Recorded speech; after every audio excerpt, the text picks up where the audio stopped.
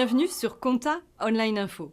Au sommaire cette semaine, les comptes fournisseurs dans les travaux de révision, le tabou des prétentions salariales et les chiffres de la profession de commissaire aux comptes.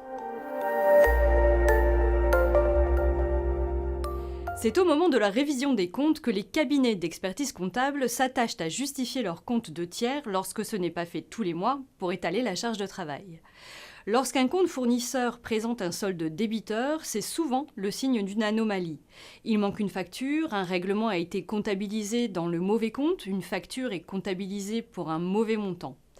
Les travaux de révision permettront alors de récupérer les pièces justificatives manquantes ou d'affecter les paiements au bon compte fournisseur. La question des prétentions salariales est un sujet souvent tabou en France alors qu'il s'agit d'une négociation tout à fait normale. Ce sujet doit être préparé par le candidat comme toute autre partie d'un entretien d'embauche. Il doit connaître sa valeur, dite marchande, sur le marché et dans le secteur dans lequel il postule. Il doit également rester attentif au fait qu'en règle générale, c'est le recruteur qui aborde le sujet de la rémunération lors de l'entretien. Lorsque les prétentions salariales sont demandées, il est important de savoir comment y répondre. L'article sur Compta Online vous donne quelques conseils sur l'attitude à avoir et à éviter face aux recruteurs lors de cette phase d'un entretien d'embauche. Nous vous invitons à le consulter.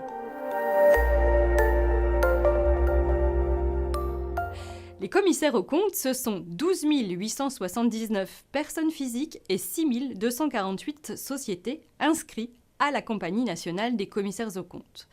Présents dans près de 5% des entreprises françaises, de l'association à la société du CAC 40, les commissaires aux comptes sont une profession réglementée. 55% des 185 000 mandats se trouvent dans des entités de moins de 11 salariés, 14% dans des sociétés de plus de 50 salariés. C'est aussi une profession dont la moyenne d'âge est relativement élevée. Moins de 1% de l'effectif a moins de 30 ans et 17% a moins de 40 ans. A l'inverse, les plus de 50 ans représentent 52% des professionnels. Vous pouvez accéder gratuitement à tous ces articles sur le site compta-online.com. Toute l'équipe de la rédaction vous souhaite une bonne semaine.